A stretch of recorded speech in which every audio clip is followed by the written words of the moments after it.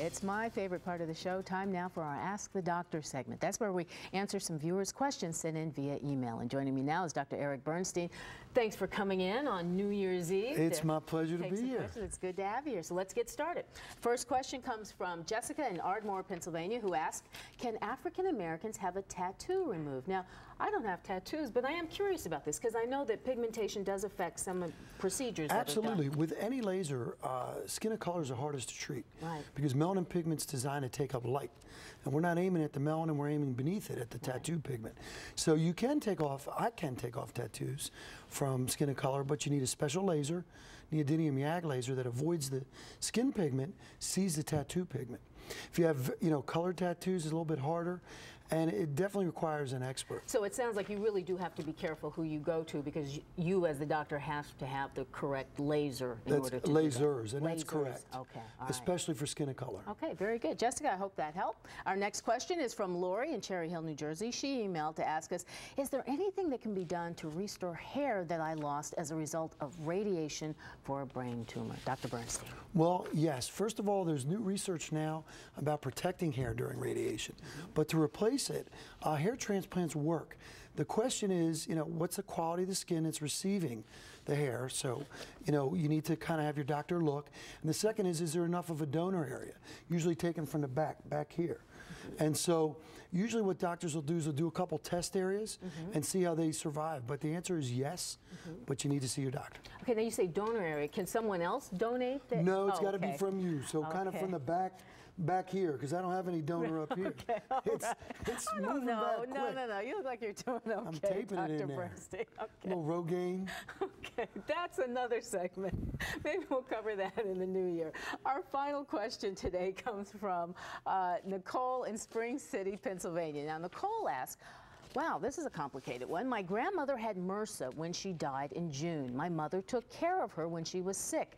Is it safe for my children and me to have close contact with my mother since I am pregnant? First, you might want to explain to people what MRSA is.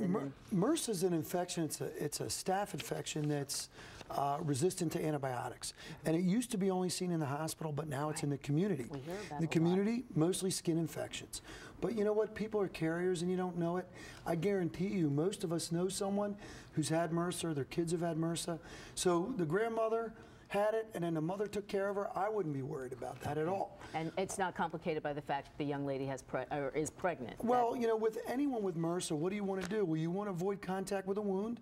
If you're caring for someone's wound, you're going to wear gloves, you're going to use hand sanitizer, don't share towels, don't share razors, things like that. Common sense. Common sense. All right. Dr. Bernstein, thanks so much for coming in. Thanks for having me. Have a happy New Year. You too. Now remember, the answers that we've been giving to you today are not a diagnosis to any medical condition that you may have.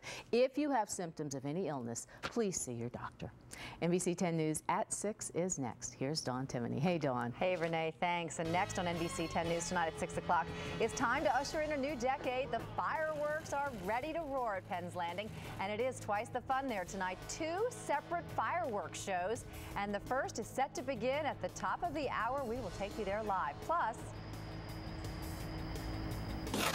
Atlantic City is ready to party and bid farewell to a year some would rather forget. We're really looking forward to 2010 to really kind of change the feel of Atlantic City for the better. I'm Ted Greenberg with some of AC's New Year's Eve flash next at 6. Michael and Kim have come to the Ford year-end sales event looking for a great deal, and I think they found one. Because the Ford Focus has an EPA estimated 35 mpg, and Michael and Kim have come to the conclusion that fuel efficiency is a very big deal. Now they're about to find out how much money they're going to save. Watch this. Michael's pumped. Now get $3,000 cash back on a new Focus or lease for just $159 a month. Hurry, the sales tax deduction ends December 31st. Of all the holidays, this is the season of sharing, when even the smallest gesture can bring warmth to your heart. So, in the spirit of giving, Hyundai is spreading a